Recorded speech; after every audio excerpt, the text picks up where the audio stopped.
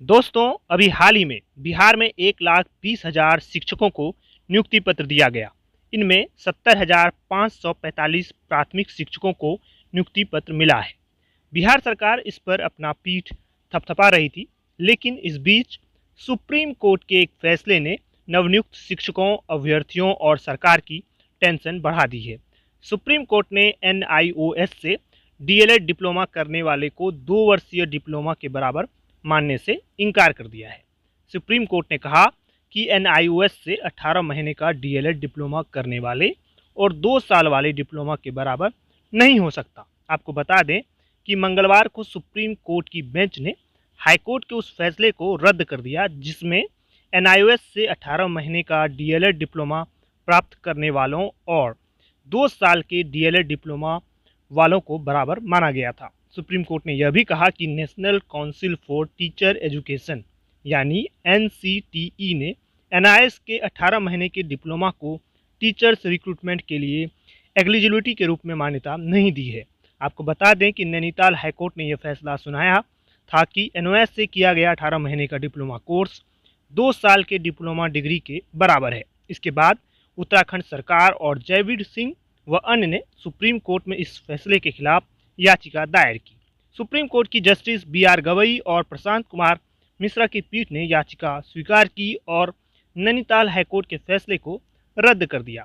Bench ने कहा कि एनसीटीई ने 23 अगस्त 2010 और 29 जुलाई 2011 को जारी नोटिफिकेशन में कहा है कि शिक्षक भर्ती के लिए कैंडिडेट के पास कम से कम 2 साल का डिप्लोमा होना जरूरी है। इन नोटिफिकेशंस में 18 महीने के डिप्लोमा को योग्यता के रूप में स्वीकार करने की बात कहीं नहीं है। सुप्रीम कोर्ट के इस आदेश के बाद से बिहार में उन नवनियुक्त शिक्षकों की बेचैनी बढ़ गई है जिन्होंने एनआईओएस से डीएलएड का डिग्री हासिल किया था। बीपीएससी से नवनियुक्त शिक्षकों में ऐसे शिक्षकों की संख्या प्राइमरी में काफ़ी है जो 18 महीने का डीएलएड पर नियुक्त हुए हैं। पहले चरण की शिक्षक भर्ती में चयनित टीचर के डरने का कारण ये भी है कि सुप्रीम कोर्ट के इस फैसले के बाद अब केंद्रीय विद्यालय संगठन ने भी एक नोटिस जारी कर दिया है, जिसमें उन्होंने 18 महीने के डीएलएड वाले कैंडिडेट्स को ज्वाइनिंग लेटर देने पर रोक लगा दी है। दोस्तों, अब ऐसे में सवाल उठता है कि नवनियुक्त शिक्षकों के साथ क्या होगा। तो यहाँ ये बात जान लेना जरूरी है कि जो नवनियुक्त शिक्षक हैं उस पर भी कहीं ना कहीं जो है वो खतरा तो मंडरा ही रहा है, लेकिन कई एक्सपर्ट्स का ये मानना है कि इन पर जो है खतरा वो थोड़ा कम है। वो खतरा इसलिए कम है क्योंकि इनकी जो है वो बहाली हो चुकी है, नियुक्ति पत्र मिल चुका है और अब ये ट्रेनिंग भी जो है वो कर चुके हैं। तो ऐसी स्थिति में इन पर जो है वो खतरा कम मंडरा रहा है।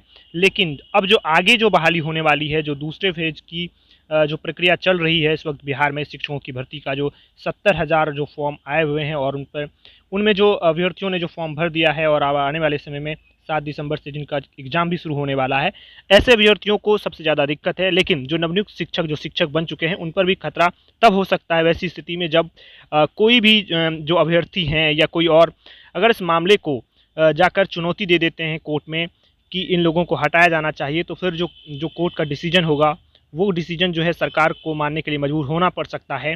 ऐसे सरकार की तरफ से जो जहाँ तक लगता है कि सरकार शायद ही इन्हें हटाए, क्योंकि अभी एक बयान के पाठक का भी जो है वायरल हो रहा है, जिसमें वो कह रहे हैं कि जिनकी बहाली हो गई है उनके साथ कोई दिक्कत नहीं है, लेकिन अभी जिनका एग्ज़ाम होना है उनके साथ जो है दिक्कतें हो सकती है। हालांकि के पाठक ने कोई ऑफिशियली बयान नहीं दिया है, कहीं से भी ये बयान जो है वीडियो के माध्यम से सामने आया है। तो ऐसे में देखने वाली बात तो है कि फिलहाल क्या होता है।